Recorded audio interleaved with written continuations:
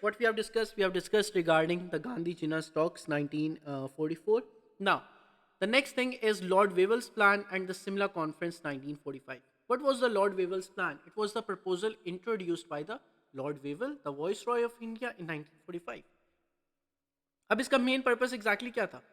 The main purpose of the Lord's Wavell plan was to resolve India's political deadlock जो हिंदूज और Muslims के दरमियान में हुआ है, और दूसरा क्या चीज़ है, and to facilitate a smoother transition of power by forming an interim government. क्या हम क्या चीज़ करेंगे? इंटरिम गवर्नमेंट बनाएंगे इंडिया के अंदर और हम अपनी सारी पावर्स उस गवर्नमेंट को देंगे. हम डायरेक्टली ऐसे नहीं कह सकते कि अच्छा हाँ भाई ये आपके पास गांधी है, अच्छा ठीक है आप डिफेंस की मिनिस्ट्री रख लो, कायद अज़म मोहम्मद अली जिन्ना आप इधर आएँ, आप एक काम करें आप फॉरेन मिनिस्ट्री रख लें, अच्छा नेहरू साहब आप इधर आएँ, आप क्या चीज़ करें आप ट्रांसपोर्ट की मिनिस्ट्री रख लें. ऐसा नहीं हो सकता. We will make the interim government. जब भी एक गवर्नमेंट दूसरी गवर्नमेंट के अंदर ट्रांजिशन होती है तो उसके दरमियान में इंटरिम गवर्नमेंट बनती है. पाकिस्तान में भी अभी भी कॉन्स्टिट्यूशन यही है कि आपके पास जब एक गवर्नमेंट आपके पास क्या करती है, एक गवर्नमेंट आपके पास उसका टाइम ख़त्म होता है तो, और जब तक दूसरे इलेक्शन नहीं होते तो दरमियान में कौन सी वाली गवर्नमेंट आती है? Interim government. इंटरिम गवर्नमेंट क्या होती है?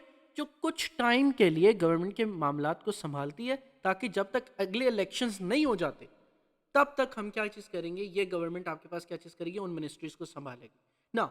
अब इस वक्त कौन है? ब्रिटिश गवर्नमेंट के अंदर है, ठीक है. इसके बाद ये सारी पावर्स किसको देनी है? इंडियंस को देनी है, लेकिन थ्रू इलेक्शंस होंगी ना. सो देयरफॉर ब्रिटिश ने ये कहा कि इंटरिम गवर्नमेंट बनाई जाएगी, इनको पावर्स दी जाएंगी और उसके बाद interim government according to the constitution आप लोग क्या कर सकते हो, इंडियंस को पावर क्या कर सकते हो, दे सकते हो ना. ये बात ठीक भी थी कुछ हद तक, लेकिन अगेन क्या चीज़ हुई, किसने रिजेक्ट किया और क्यों किया, जरा देखो. अब the plan proposed, the plan actually propose what, the plan propose creating a new executive council at the centre. ठीक है. Council would have the equal number of Hindus and Muslims, and other minorities like Sikhs and scheduled castes would be represented also. सबसे पहले Hindu schedule का task आप schedule caste आपके पास, और बाकी जो लोग हैं, बाकी जो कम्युनिटीज हैं वो भी रिप्रेजेंट करेंगे किसके अंदर? एग्जीक्यूटिव काउंसिल में. अब एग्जीक्यूटिव काउंसिल वाले जो लोग हैं ये कर क्या सकते हैं ना उसे सिंह, और ये होंगे कौन? All the members of this council except for the viceroy. The voice is lagging. Wait.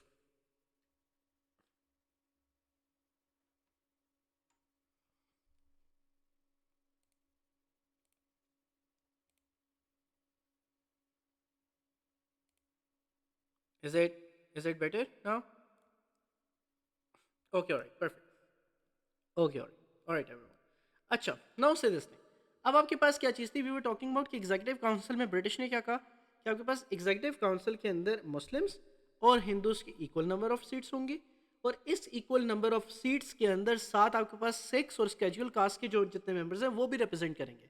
अब ये जो मेंबर्स हैं काउंसिल के, वॉइस रॉय के अलावा और डिफेंस मिनिस्टर के अलावा कौन होंगे? इंडियंस होंगे. मतलब फॉरेन मिनिस्ट्री भी किसको दे दी? अब हमने इंडियंस को दे देंगे. No, for the first time की government department such as foreign affairs, finance and interior would be managed by the Indians. इससे पहले गवर्नमेंट ऑफ इंडिया एक्ट 1935 के अंदर आपको याद होगा foreign ministry, tribal affairs, finance और डिफेंस जो थी, ये 4-5 मिनिस्ट्री जो थी ब्रिटिश के पास थी और बाकी सारी की सारी मिनिस्ट्रीज इंडियंस को दे दी गई थी. अब ब्रिटिश ने यह कहा कि डिफेंस और वॉइस रॉय जो है उनको छोड़ के सारी की सारी मिनिस्ट्रीज हम आपको देंगे. ठीक है. ये लॉर्ड वेवल्स का प्लान था इन 1945. नाउ अब council would work as the temporary government and it would rule India under the existing constitution until आप लोग एक नया कॉन्स्टिट्यूशन और परमानेंट कॉन्स्टिट्यूशन खुद नहीं बना लेते. ठीक है. जो काउंसिल है वो टेम्पररी गवर्नमेंट की तरह काम करेगा.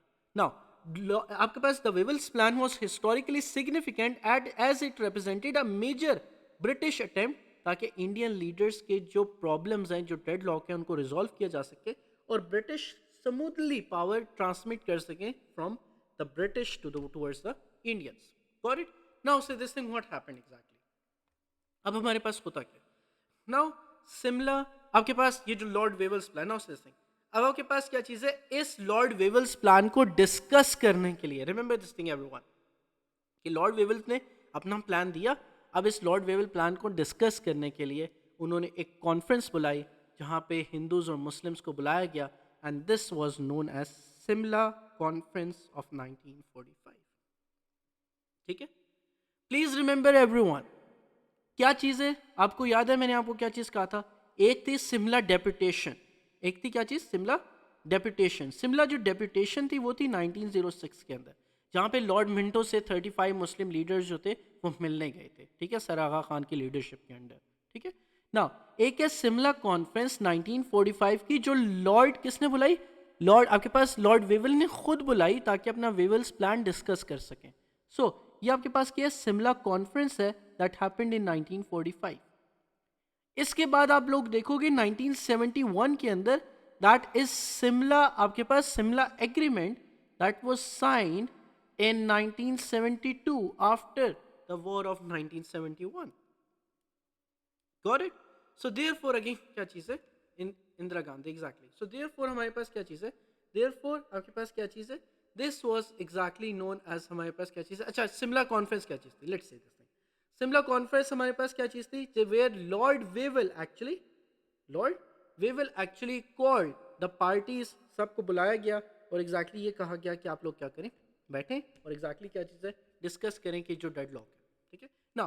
सिमला conference of 1945 was the meeting held in June 1945 at Simla. It was called by Lord viceroy Lord Wavell to discuss the Wavell's plan. The main goal क्या चीज़ थी कॉन्फ्रेंस का? कि आप सारे इंडियन पॉलिटिकल लीडर्स को इकट्ठा करें, specially the Congress, specially the Muslim league, और एक एग्रीमेंट के ऊपर आते हैं कि हमने एग्जैक्टली इंटरिम गवर्नमेंट को सेटअप कैसे करना है और हम इंडिपेंडेंस की तरफ कैसे मूव कर सकते हैं, या फिर ब्रिटिश कैसे पावर्स ट्रांसफर कर सकते हैं. ठीक है ना. अब एग्जैक्टली क्या चीज हुई कॉन्फ्रेंस के अंदर? इट वाज क्लियर कि British intended to leave India. अब ब्रिटिश चाह रहे हैं कि अब यार इंडिया को छोड़ के चले जाए, because it has become now ungovernable. हम सारी सारी पावर्स ऑलमोस्ट दे ही चुके हैं. वेवल्स प्लान में क्या रह गया आपके पास? एक वॉइस आपके पास क्या रह गया? एक आपके पास वॉइस रॉय रह गया. ठीक है, और दूसरा आपके पास क्या चीज रहती है? The second one is voice Roy. ठीक है. नंबर सेकेंड एग्जैक्टली आपके पास क्या चीज रहती है? The 4 mark answer first para. Yes exactly. देखो, एक आपके पास रहती है वॉइस रॉय. नंबर सेकेंड आपके पास क्या चीज रहती है? Number second is the defence. इसके अलावा सारी की सारी पावर्स के लिए तो हम मान चुके हैं. So again therefore it has become ungovernable. लेकिन अगर स्टिल आप इस बात के ऊपर एग्री नहीं करते, इस बात का मतलब क्या है कि ब्रिटिश के पास तो कुछ भी नहीं रहेगा, तो ब्रिटिश तो ऑफ कोर्स छोड़कर चले जाएं, उससे बेहतर तो यही है. ठीक है. So again now therefore at this conference British ने एग्जैक्टली क्लियर कर दिया था कि they intended to leave India. Although all parties agreed to the basic principle of the executive council. सब ने एग्जीक्यूटिव काउंसिल वाली बात मानी कि हाँ it will be acting as the temporary government, और इसके अंदर 50% मुस्लिम्स होंगे, 50% हिंदूस होंगे. सब ने मानी बात. लेकिन आपके पास consisting entirely of Indian members apart from viceroy himself and the defence minister, the sticking point was the method of selection. In addition, a central part of the Wavell's plan, which was discussed at Simla, was the proposal for the equal representation for the Hindus and the Muslims in this new council. Council failed to achieve its objective. Kyun? Because without any breakthrough in July, the main reason was that exactly was a disagreement over that who had the right to nominate the Muslim members to the proposed council. Qaid Azam Muhammad Jinnah, representing the Muslim League, firmly insisted that only the Muslim League had the right कि वो again मुस्लिम representatives में से आपके पास क्या करेंगे, वो choose कर सकते हैं. कांग्रेस ने अगेन आर्ग्यू किया कि वो अगेन दोबारा उन्होंने सेम आर्ग्यूमेंट दिया कि जी हम तो पूरे इंडिया को रिप्रेजेंट करते हैं, और अगेन क्या चीज़ है, हमारे पास भी राइट होना चाहिए कि हम मुस्लिम्स के मेंबर्स को नॉमिनेट कर सकें कि जी ये काउंसिल के आपके पास काउंसिल का पार्ट बनेगा. So Lord Wavell could not resolve this deadlock, leading to the conference's collapse. However, following the Simla conference in 1945, Lord Wavell ने अनाउंस किया कि नए इलेक्शंस हो जाएंगे. अब क्या चीज़ होगी? क्या चीज़ हुई है? Now say this thing, deadlock resolve नहीं हुआ, और अगेन जब ये आपके पास लॉर्ड वेवल्स प्लान और आपके पास क्या चीज़ हुई, सिमला कॉन्फ्रेंस एग्जैक्टली फेल हो गई. क्या चीज़ की? लॉर्ड वेवल ने 1945 के अंदर अनाउंस कर दिया कि अब हमारे पास न्यू इलेक्शंस होंगे. Got it? Now, Qaid Azam Muhammad Ali Jinnah ने ऑब्जेक्ट किया वेवल्स प्लान के ऊपर. There were few objections which led to the failure of the Wavell's plan. Why it got failed? Why Simla conference got failed?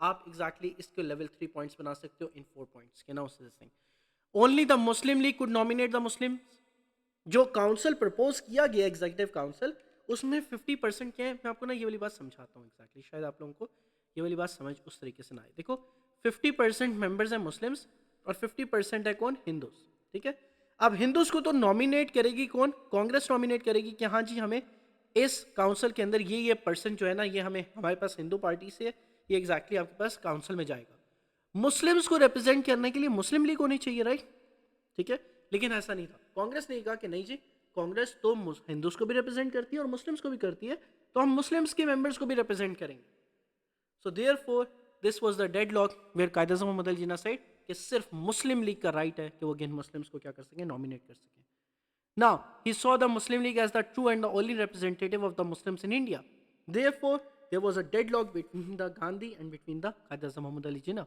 Now, voice for the Indian Muslims. Jinnah would not accept any Muslim nominee put forward by the Congress or the other groups as he felt he did not genuinely represent the wider Muslim community. Now, Congress ने क्या चीज़ की कांग्रेस ने बहुत चालाकी के साथ case इनको आगे कर दिया आपके पास जो एक मुस्लिम मेंबर्स थे एक मुस्लिम मेंबर ही had one Muslim member in his community उन्होंने उनको आगे कर दिया कि yes we have this person किस चीज़ के अंदर वी हैव दिस पर्सन जो आपके पास किसके अंदर है इंडियन पॉलिटिकल पार्टी के अंदर है जो मुस्लिम है जो कांग्रेस में और मुस्लिम है देयरफॉर हम मुस्लिम्स को भी रिप्रेजेंट करते हैं लेकिन ऐसा नहीं था ग्राउंड रियलिटी डिफरेंट थी so therefore fear of being out numbered so therefore क्या चीज़ की कायद आज़म मोहम्मद अली जिन्ना ने कहा कि नहीं सिर्फ Muslim League has the right to nominate the Muslim members now अब आपके पास क्या चीज़ है fear of being outnumbered even though the plan suggested an equal number of Hindus and Muslim Jinnah was worried he feared कि अगर minority exactly members जो हैं जैसे सिक्स स्केड्यूल कास्ट और क्रिश्चियंस हैं जो included they will also like sideline with किस चीज़ के साथ कांग्रेस का साथ देंगे वो तो मुस्लिम्स का साथ नहीं देंगे सो देयरफॉर ही बिलीव कि आपके पास अगर क्या चीज़ बनती है इक्वल नंबर ऑफ सीट्स भी बनती हैं तो एग्जैक्टली क्या चीज़ होगी सेंटर में फिर भी हिंदूज हमेशा क्या करेंगे डोमिनेट कर जाएंगे देयरफॉर ही सेड कि मुस्लिम लीग अभी भी 50% के साथ भी किसके अंदर है माइनॉरिटी पोजीशन के अंदर है